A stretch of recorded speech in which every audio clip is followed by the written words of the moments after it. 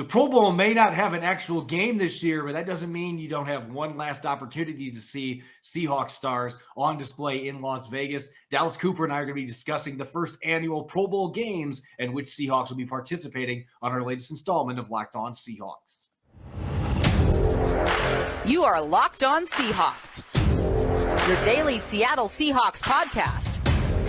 Part of the Locked On Podcast Network, your team every day.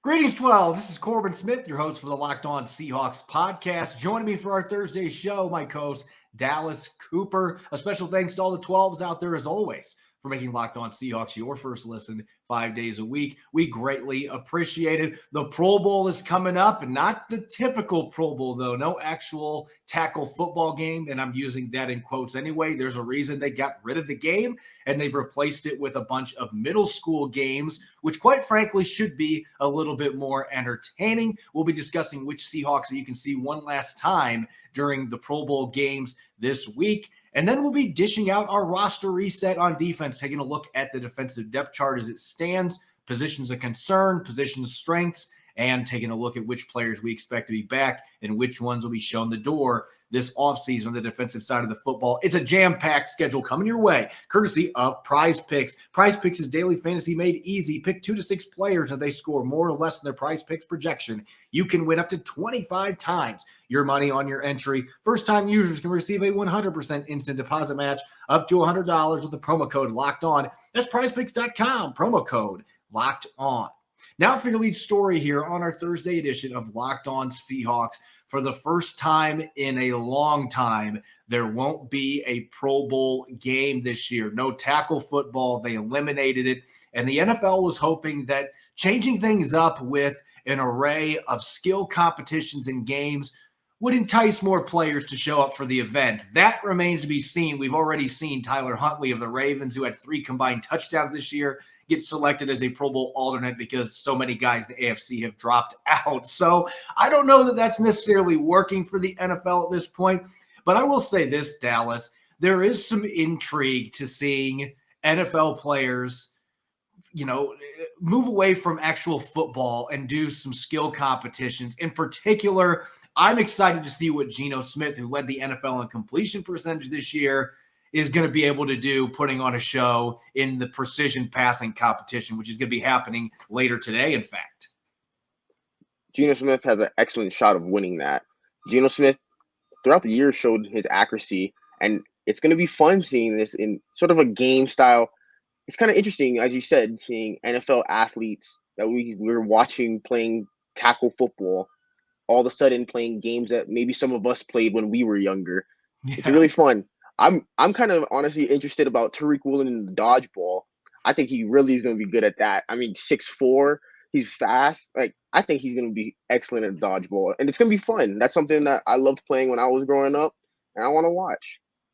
Yeah, I actually think I'm going to be tuning in on a few of these because I think it's going to be interesting looking at the 4 Seahawks that are participating in the Pro Bowl games. As I mentioned earlier, Geno Smith in the precision passing contest. That's 6 quarterbacks, the 6 quarterbacks that are in the Pro Bowl. That includes Tyler Huntley, as I said, him being that last-second addition as an alternate. But they're squaring off in 1-minute accuracy competitions. We've seen Russell Wilson do really well in competitions like this in the past. I expect that Geno Smith is going to have a chance to contend for the title in that. But it is one of those things, sometimes, in baseball, home run hitters don't necessarily do well in the home run derby. So we'll have to see. This is going to be Geno Smith's first experience doing anything like this as a first-time Pro Bowler. And so we'll see how it shakes out. I think Kirk Cousins has shown himself to be pretty good in competitions like this in the past. He has experience. We'll see where Geno Smith fits in. And then Quandre Diggs, I am intrigued as hell by this, the lightning round. And it's a 3-part competition that includes a water balloon toss. I mean, we're talking true middle school games here, like your middle school fair end of the year type games. And then they're going to have a jugs machine where they have to try to catch punts, which that is not easy. If you ever go watch NFL practice. You can see how difficult that is. And the one that I'm most fascinated by, the thrill of the spill. And it's a little bit different of interpretation. They're not going to have coaches falling in the water bucket, but they're going to have a bucket over the top of them, and players are going to be trying to hit these moving targets to knock the buckets over and douse a coach with water. And so I think that's going to be fun in itself. Again, this is all fun and games. They've gotten rid of the tackle football event because it had become a mockery over the last decade or so. Guys simply weren't playing in the game, and those that did, they were moving through the motions. It wasn't worth it anymore. And so now we get to see these events. And as you mentioned, I have to say this about dodgeball. I can't wait to see Tariq Woolen try to dip, dive, duck, and dodge. I'm just picturing Patches O'Houlihan now throwing a wrench at Tariq Woolen.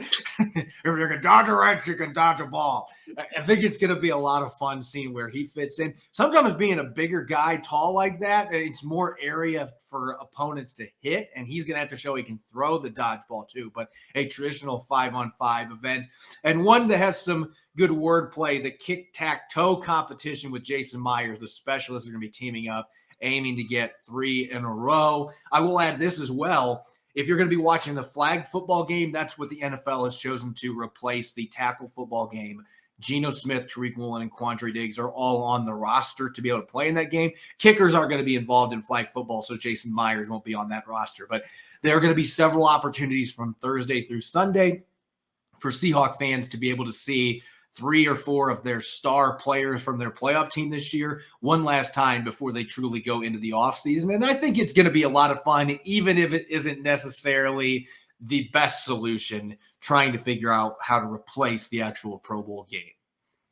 I think it's a lot better than the Pro Bowls of the past. Watching those, I honestly would shut off the Pro Bowl by like the end of the first quarter in recent years. It was, as you said, it became a mockery of the game. It was they were just going through the motions.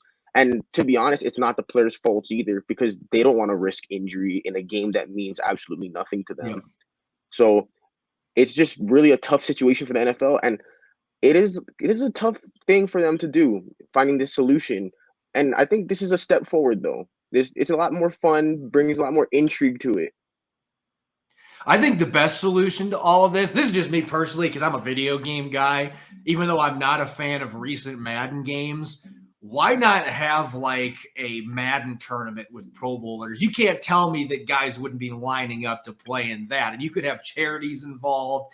I think in the end, there's a lot of different things that they can try. And I give the NFL credit for finally scrapping the game because, as you mentioned, it's been excruciating to watch the last couple of years. And as an NFL reporter, I felt obliged to watch the game so I could cover Seahawks players, but it's been really challenging to watch the last 4 or 5 years as the game has continued a product.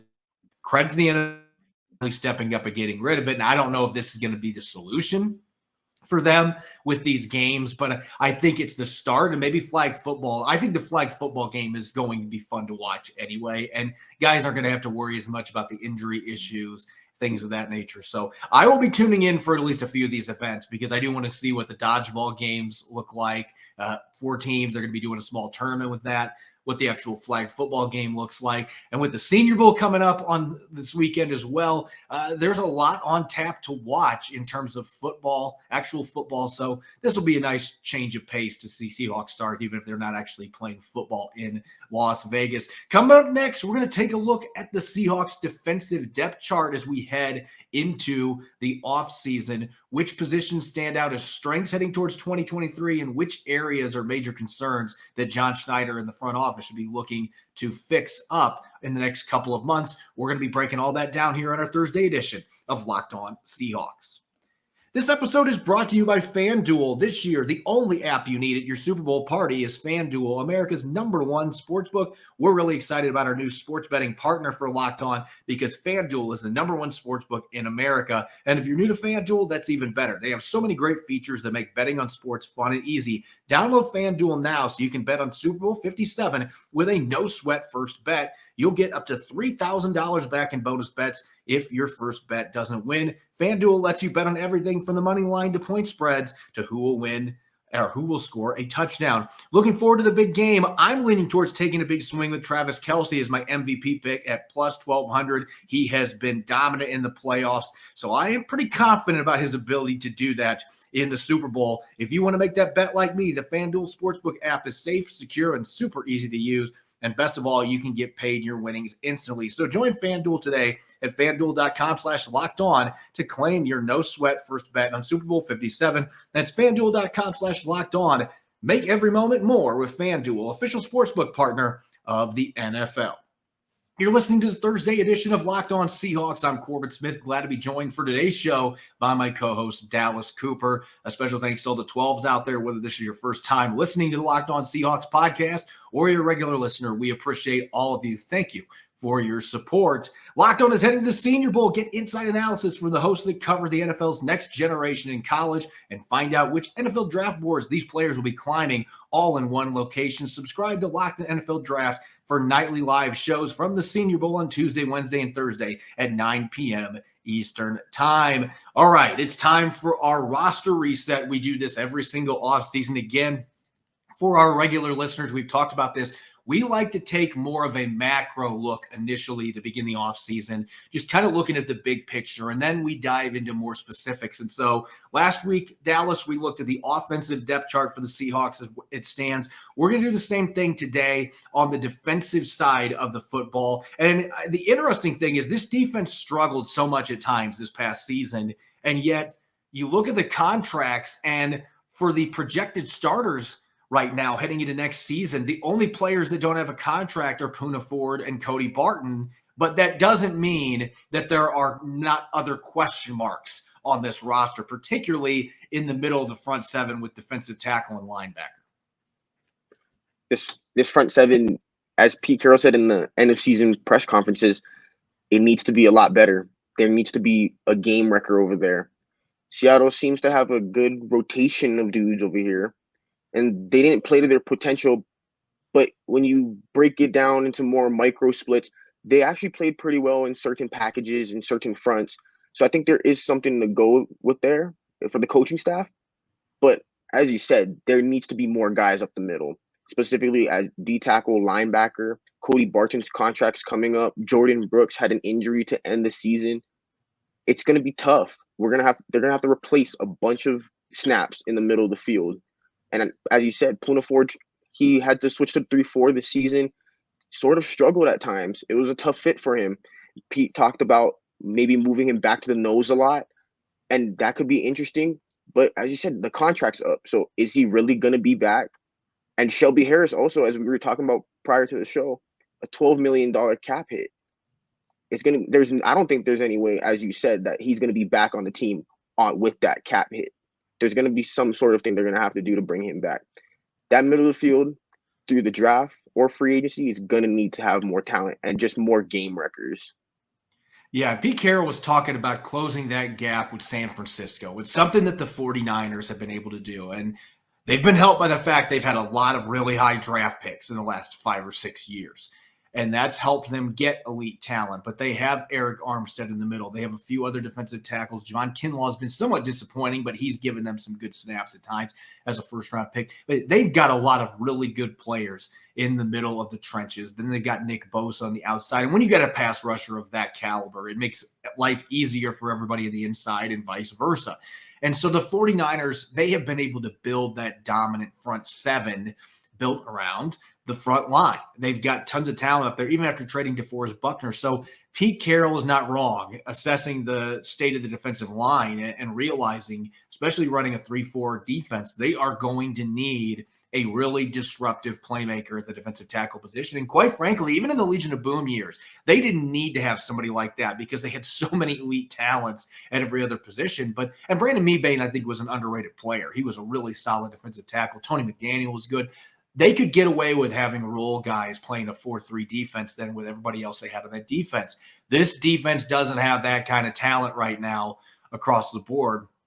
Even though they've got some decent rotational guys, they got a few players that can be starters at defensive tackle. But I think the personnel issue is the biggest problem. How many of these guys are truly 3-4 defensive tackles? Shelby Harris is. He had a solid first year in Seattle. but that cap hit is certainly an issue that the Seahawks are going to have to address. If they want to bring him back, they're going to have to find a way to lower that cap hit, whether that's through an extension, doing some type of a pay cut, cutting him, and then hoping you can re-sign him. That would be the biggest gamble of the three options they have there, but they've got to do something to try to lower that cap hit to bring him back. But Poona Ford's not a natural 3-4.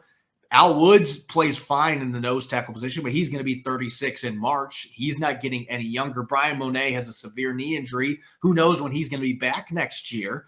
So there are a ton of question marks on that defensive line, in particular in the interior. They're going to have to address that.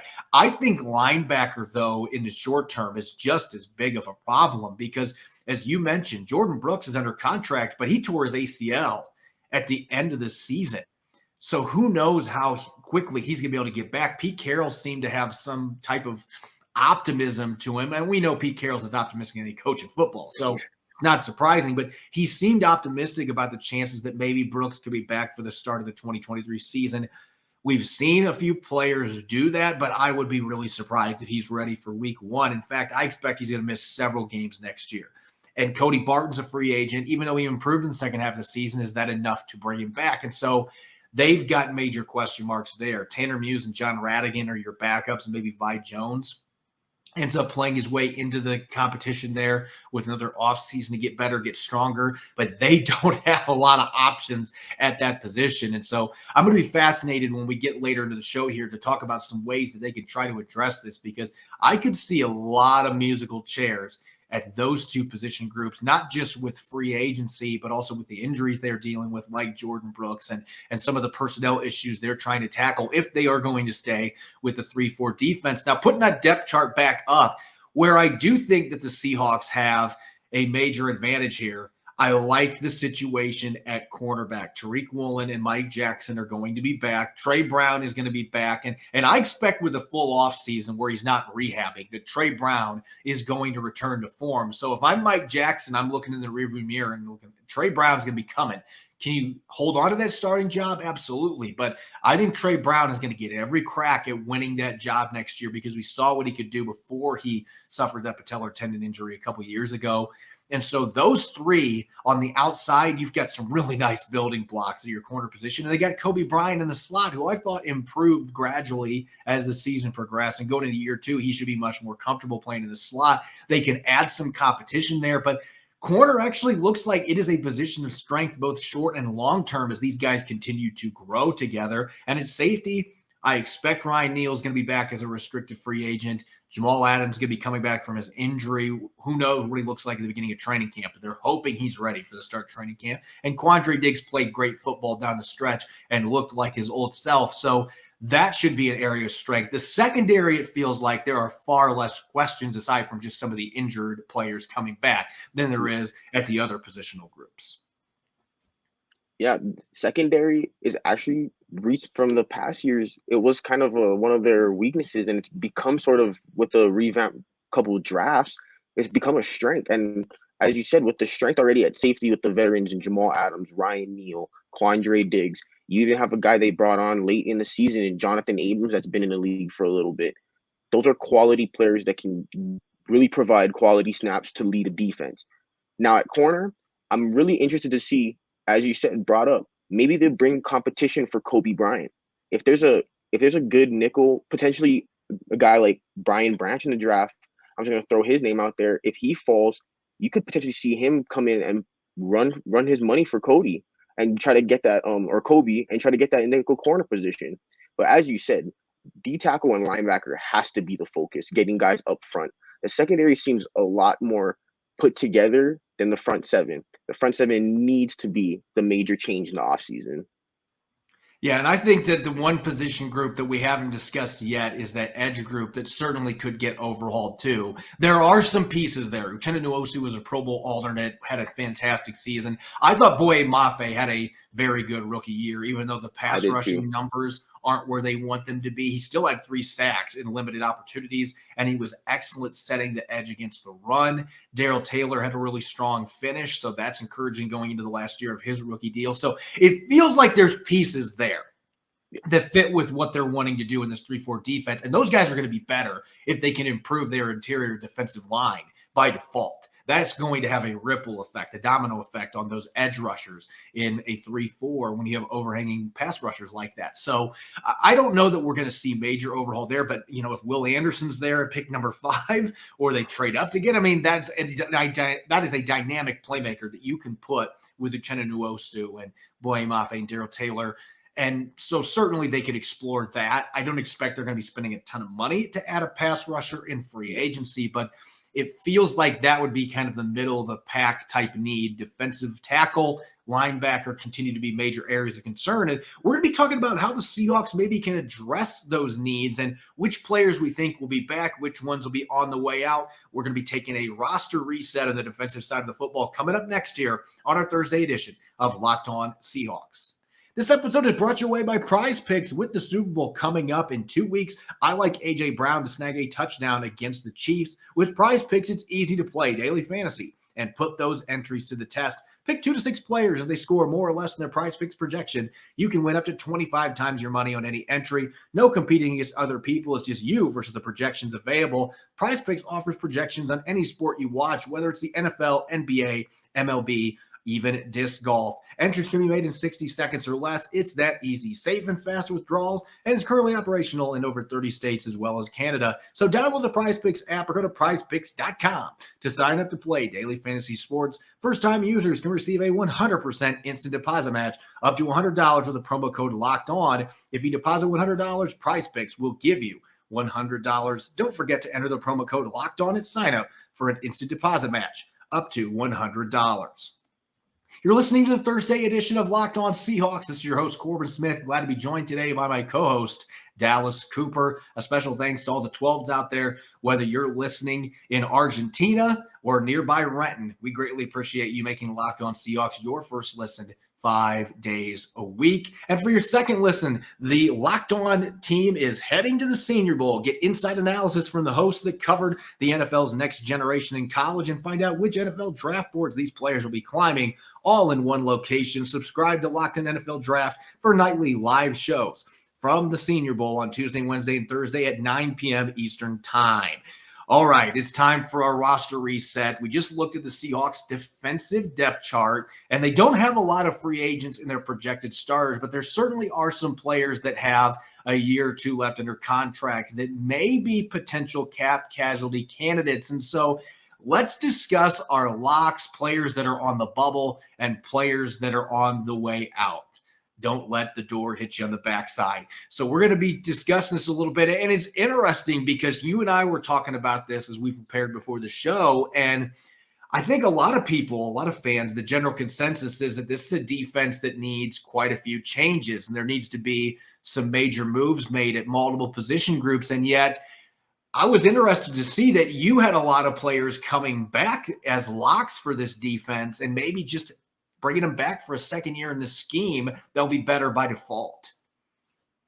I truly feel they will be better in the second year of a scheme. As you said, I have a lot more locks than you do in the roster reset.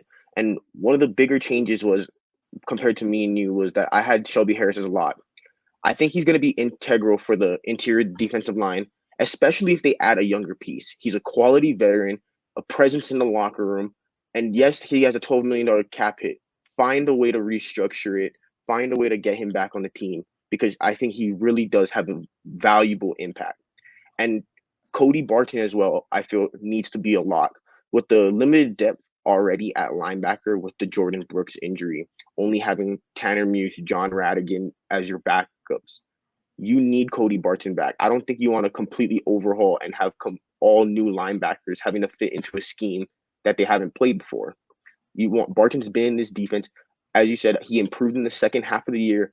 And with the improvement that you could make at the interior defensive line, I think that truly would help the linebackers a lot. And I don't think this front seven needs a complete overhaul. I think there's quality rotational pieces that really could be there. And I only think there's really needs to be an addition of a true star. I think a lot of these pieces, guys like Miles Adams, even Poona Ford, for example, Al Woods, I think they would look a lot better if they had an A or a S tier talent next to them. A guy like Jalen Carter, a guy like Will Anderson, or even a dominant pass rusher in free agency or through the trade around draft time, they would look a lot better with a talent like that next to them. And I think honestly that should be the main focus, not completely overhauling, but just finding that top tier talent to anchor this group. Yeah, I think that the thing that makes it a little bit more complicated is the salary cap situation with a few of these players. And looking at my list, again, as I mentioned earlier, I don't have quite as many locks as what you do, but I still have a good chunk of these guys coming back next season. There's a few players coming back from injury that I consider locks as well. Alton Robinson is going to be back next year from his knee injury, but I'm listing Cody Barton on the bubble just simply because we don't know what the market's going to look like for him and how much of the Seahawks can be willing to pay a player who improved last year, but there were still some issues down the stretch. And I don't know that he necessarily is a great fit for a 3-4 defense at under 240 pounds. I've talked about it, though. I would be leaning towards him coming back just because of the injury situation with Jordan Brooks. Defensive tackle, on the other hand, Poona Ford was your highest priced player. That is not happening again next year. He did not earn that money. If you're going to bring him back, it's going to be on a cheaper deal. And Shelby Harris and Quentin Jefferson both have cap hits that you could save at least $4 million on if you cut them. Harris, it's over $8 million if you made a move to cut him. And the Seahawks are going to have to do some things if Geno Smith is re-signed to a deal that's worth $30+ million per year. He's franchise tagged. That's going to eat up a lot of the salary cap space that they currently have. So they're going to have to make some other moves to create some flexibility to further shore up their roster. And I could see them going much cheaper at defensive tackle with the contracts that Shelby Harris and Quentin Jefferson have. So I've got both those players squarely on the bubble simply because I'm curious to see what the Seahawks do with those two players.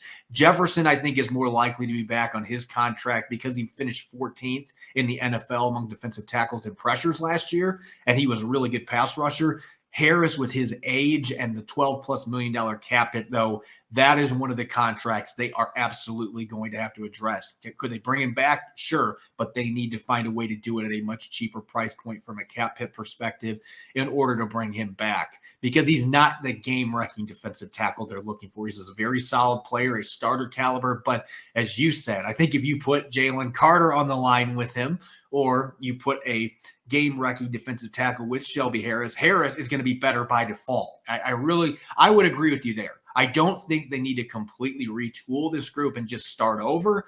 At the same time, they absolutely need that difference maker. They need an interior alpha right now to make the rest of this group better. And I expect there are going to be some significant changes looking for players that maybe fit a 3-4 defense better than some of these players that are currently on the roster. And one other thing that I'm going to note here in terms of on the bubble, you had Bruce Irvin on the way out. I'd be surprised if he's back next year, but I'm not going to completely rule it out because he was productive.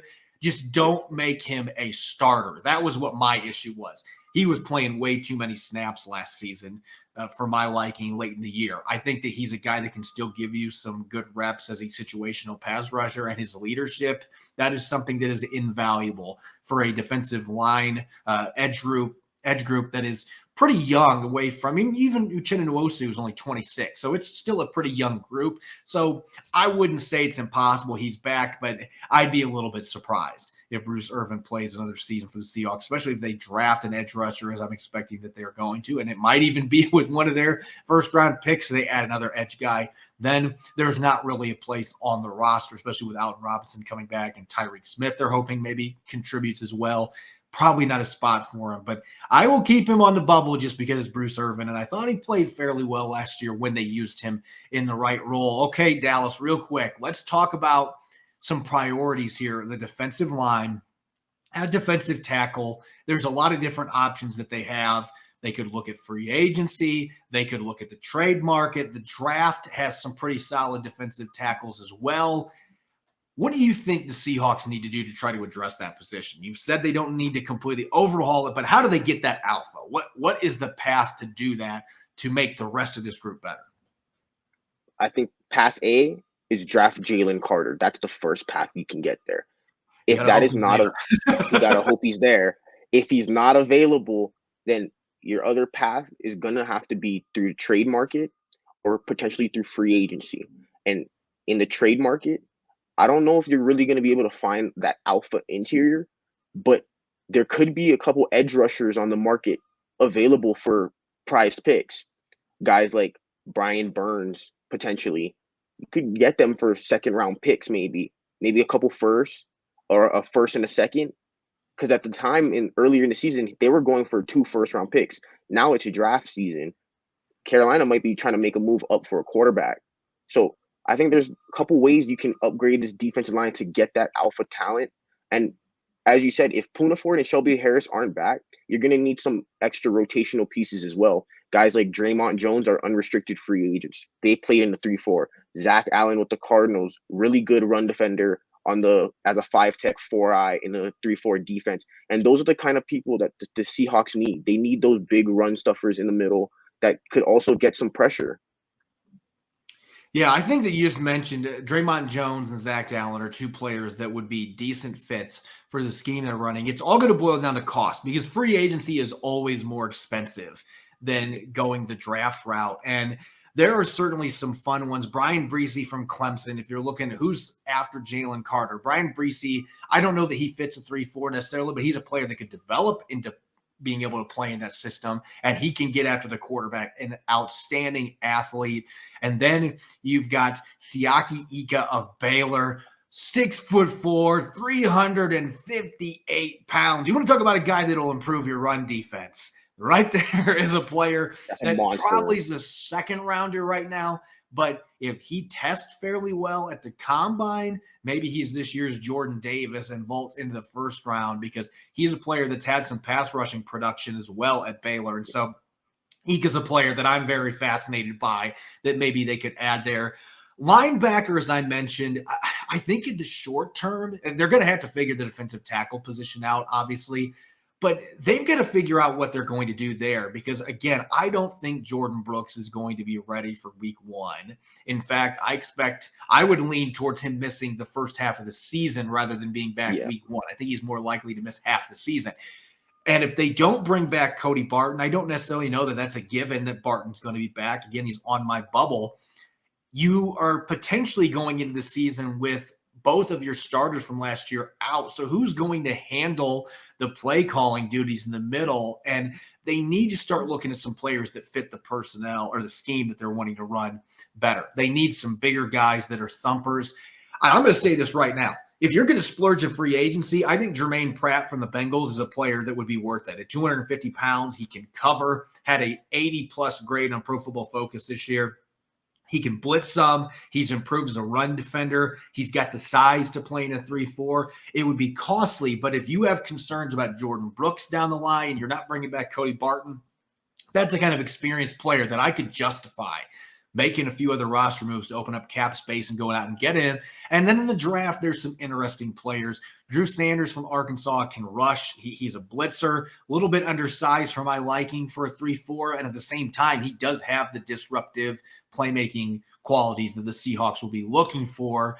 And then Sewell from Oregon, a big thumper. I'm a little concerned about his speed, his athleticism, but he can make plays in the run game. And he's another guy that can get after it, get downhill, and blow people up. So that may be a good fit for them here. And Jack Campbell from Iowa, one of my favorite linebacker prospects. He's got 5 interceptions the last 2 years. He's a very sound run defender, more of a traditional thumper at 245 pounds. So there are some options that I think really fit the 3-4 in the draft. I think they need to add 2 players at this position. Maybe you get a free agent. Don't expect it to be somebody like Jermaine Pratt, but maybe they get a free agent and then draft a linebacker in the first 3 rounds. I would not be surprised if they do that. In fact, that's probably where I'd be leaning just because this is a situation that's a bit dire with Brooks being out and not having many other established players at that position. It'll be fascinating to see what John Schneider and company do to try to address those 2 position groups and try to mold the rest of this defense because even though they made improvements in passing defense, they were near the bottom of the NFL in run defense. This is clearly a unit that needs to be bolstered. They need some talent infused onto this roster through free agency and the draft. So we'll see what the front office ultimately does in coming weeks. And we'll have plenty of time to specifically dive into individual position groups as well. As always, you can follow me on Twitter at Corbin Smith NFL. You can follow Dallas at Dallas C. Cooper.